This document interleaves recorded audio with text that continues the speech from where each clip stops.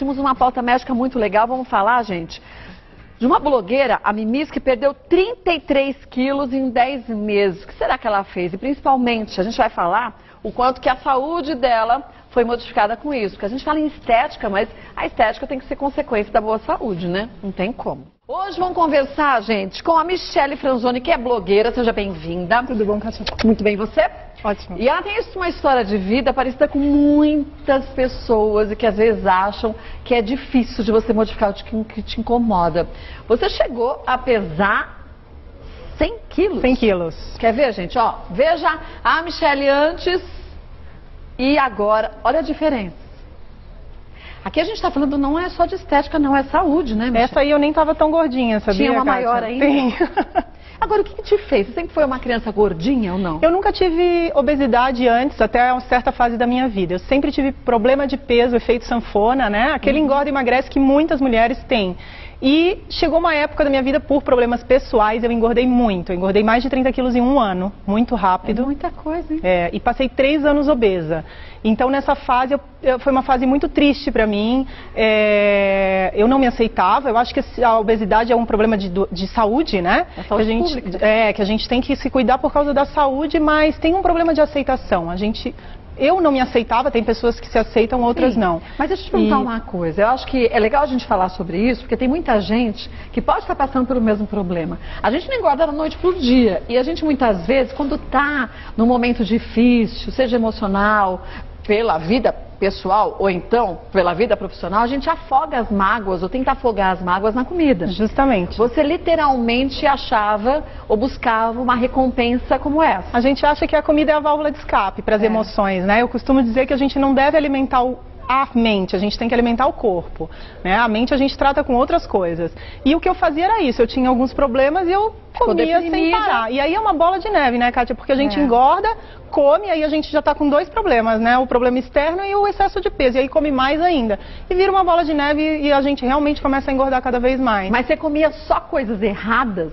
Sabe o tipo de coisa, só fritura? Não, eu nunca fui de comer muita fritura, não, mas eu gosto de doce, ainda gosto, né? Hoje eu tenho as versões light que eu posto no blog e tal, mas eu gostava muito de doces e comida em excesso mesmo, aquela massa. É com muita quantidade. Quantidade, a desregulação na alimentação, eu não comia de 3 em 3 horas, como eu faço hoje, então é importante a gente ter essa frequência de alimentação de 3 em 3 horas. Então eu comia um almoço enorme, depois às 6 da tarde eu ia comer de novo, e aí comia aqueles 3, 4 pães, né? Aquele pão branco. E isso faz um aumento de peso. Fora isso, a falta de atividade física, né? Que é importante para a saúde. Mas o que você sentia, não visualmente? Visualmente a gente está vendo aqui, mas eu digo em relação a dores. Porque a gente sabe que o excesso de peso traz prejuízo. Então, porque a gente não tem uma musculatura que consiga segurar esse peso todo no corpo. Então, dores nas costas, joelho. Você sentiu o quê? Tem algumas características bem marcantes. Por exemplo, esse salto aqui que eu adorava usar antes de engordar, eu deixei de usar. Não cabia o meu pé, eu era muito desconfortável. Então eu comecei a usar uns saltos bem baixinhos, porque tinha esse empecilho. A minha coxa ainda é grossinha, né? Então, assim, naquela época roçava uma coxa na outra, dava assadura. Não podia usar um vestido sem um short por baixo, porque machucava a coxa. A falta de disposição, né? A gente acorda cansado, porque não tem ânimo, não tem condicionamento mesmo. Não respira direito quando não dorme, respira direito, né? E outros problemas que eu não tinha, mas outros problemas, por exemplo, como colesterol alto, que pode acarretar, né? Diabetes, isso é muito preocupante. Graças a Deus, eu não tinha esses problemas. E você é muito nova.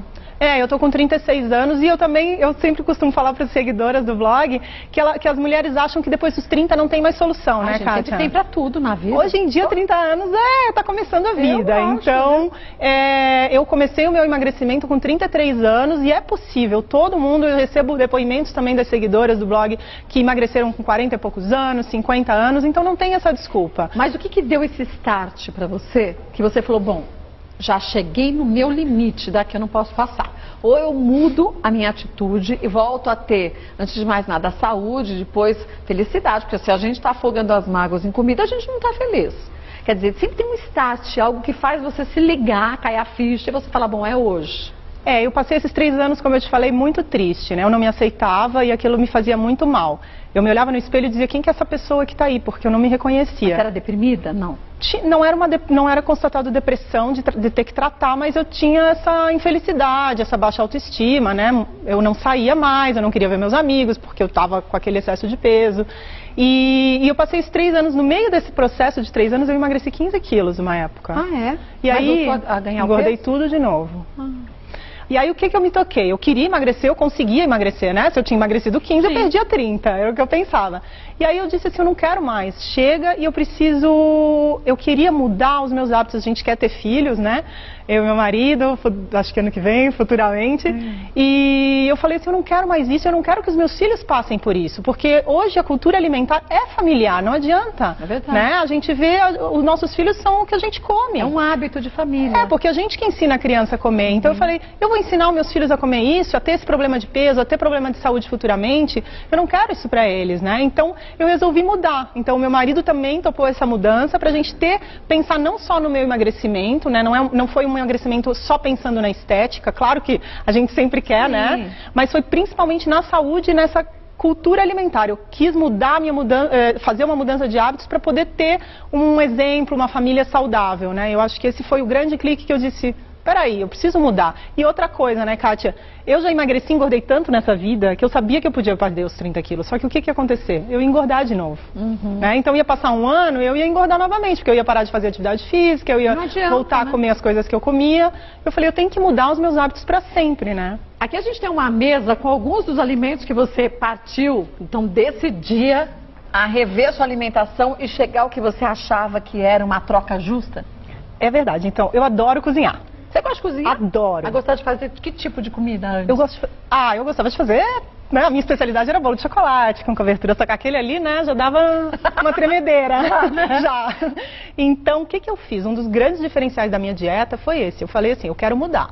Eu adoro comer e cozinhar. Então, eu vou ter que mudar os meus hábitos alimentares e de culinária também para poder ser feliz, porque eu não vou conseguir fazer uma dieta só comendo frango grelhado com salada. Ah, você aguenta uma semana, 15 dias? E eu tinha 30 e poucos quilos para perder e eu queria realmente mudar. Então, eu falei, eu vou ter que adaptar a minha culinária. E aí começou, que é um dos grandes sucessos do blog hoje, que são as receitas, né?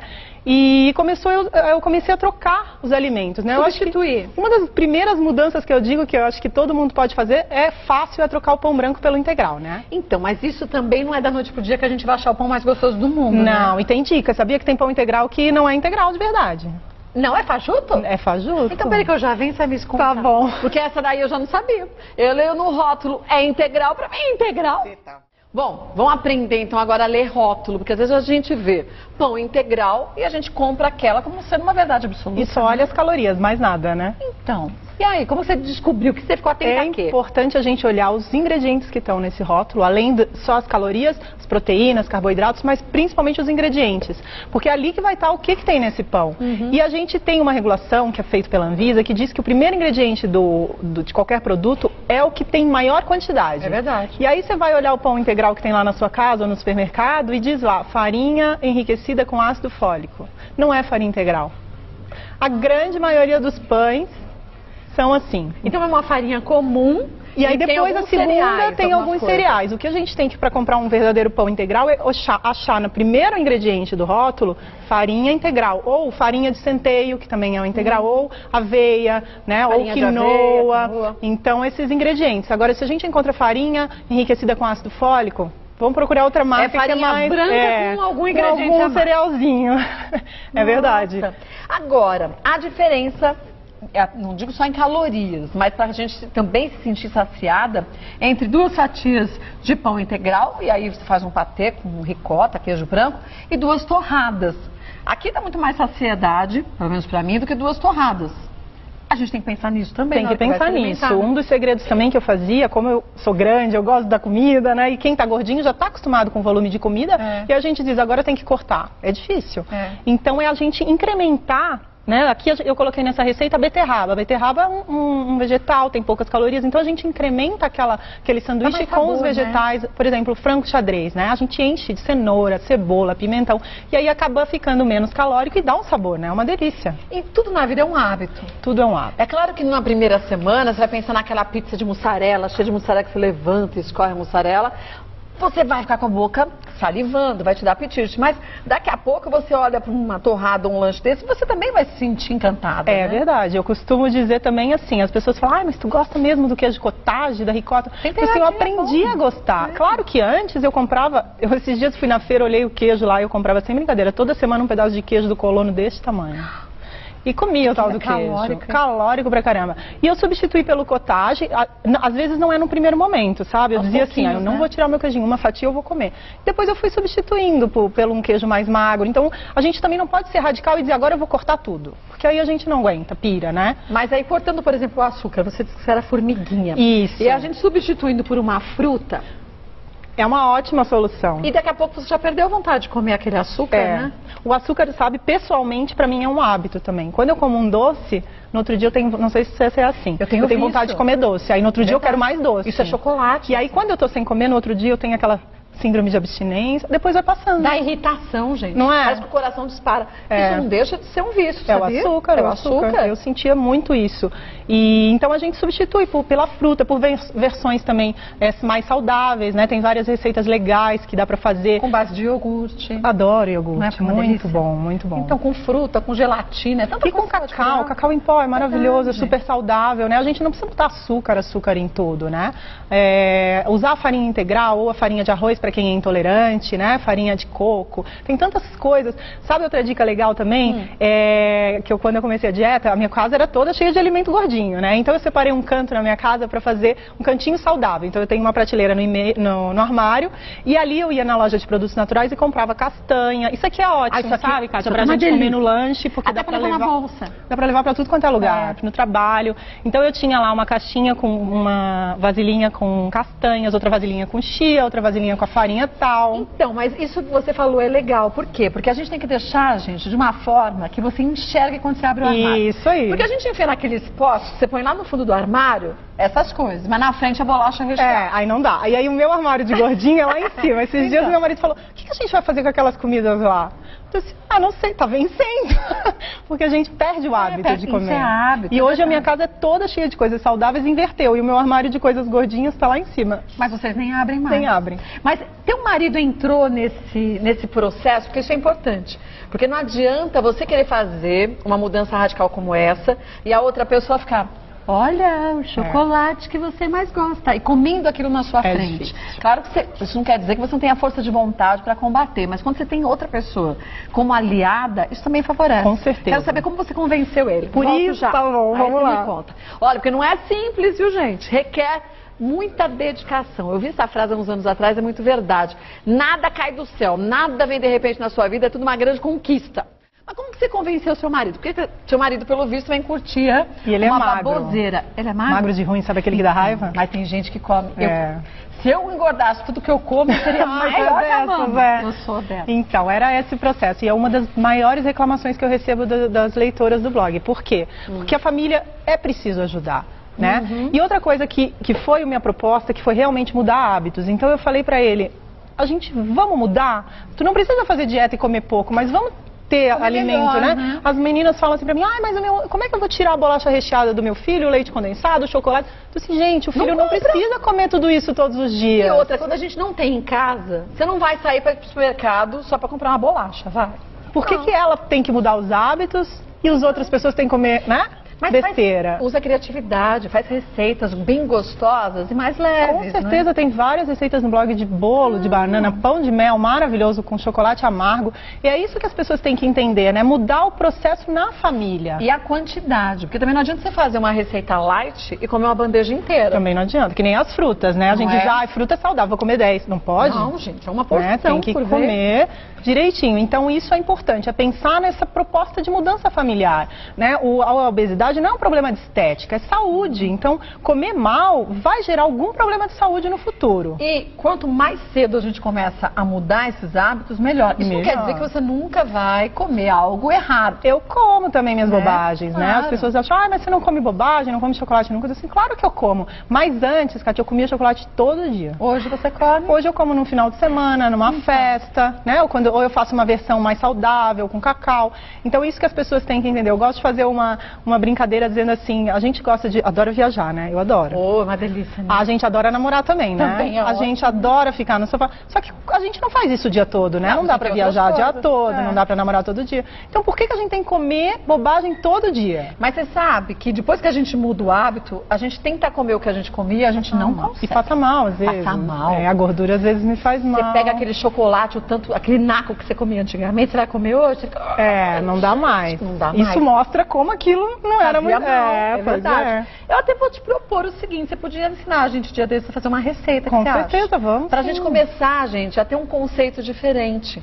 Porque também não adianta a gente falar que um suco como esse, para você que não está acostumado a consumir sucos, assim, até com couve, eu acho uma delícia, suco de abacaxi, hortelã, couve, maçã, fica divino. Mas para quem nunca tomou, não é no primeiro dia que você vai achar excepcional. Coloca um moranguinho, coloca um mamão, vai fazendo alteração até que você chega ao que é ideal, não é? Outra coisa importante que eu costumo dizer, elas perguntam muito para mim, mas você já comia tudo isso de bom doce? Não, se eu comesse tudo isso eu era magra, né? É óbvio. Então eu não comia. E eu também não gostava de gengibre, eu não gostava de couve, eu não gostava de beterraba, nem pensar. Eu gostava só da batata, né? Carboidrato. Então, o que eu costumo dizer? Assim, eu fui aprendendo. Hoje eu tomei o suco verde, no outro dia eu tomei o suco verde, no terceiro dia eu gosto de dizer assim, experimenta comer 3 vezes aquela coisa que você não gosta, para criar o hábito e depois você vai passar a gostar. Olha, e tudo na vida a gente tem que ter primeiro um desejo grande de mudança. E a gente, para mudar, tem que abrir mão de alguma coisa. Não existe mudança que você não abra mão de algo na sua vida. Mas o melhor é depois você ver que você pode. E a gente pode conquistar tudo que a gente quiser, desde que a gente tenha perseverança, né? Olha, vou passar para vocês o blog da Michele, para você ali conseguir ter até umas dicas legais para começar essa mudança, que é o www.blogdamimes.com.br. Tem Instagram também, Tem Instagram, né? blog da Mimes, fanpage também. Inclusive, queria mandar um beijo enorme para os meus seguidores, que eles falaram, manda beijo, manda beijo. Então, um beijo para vocês. E você quer se tornar uma seguidora, é só você anotar direitinho e depois vai contando pra gente as mudanças que você conseguiu conquistar, tá? Parabéns. Muito legal. Obrigada, viu? Olha, viu que mudança fantástica da Mimes? Faça a mesma coisa.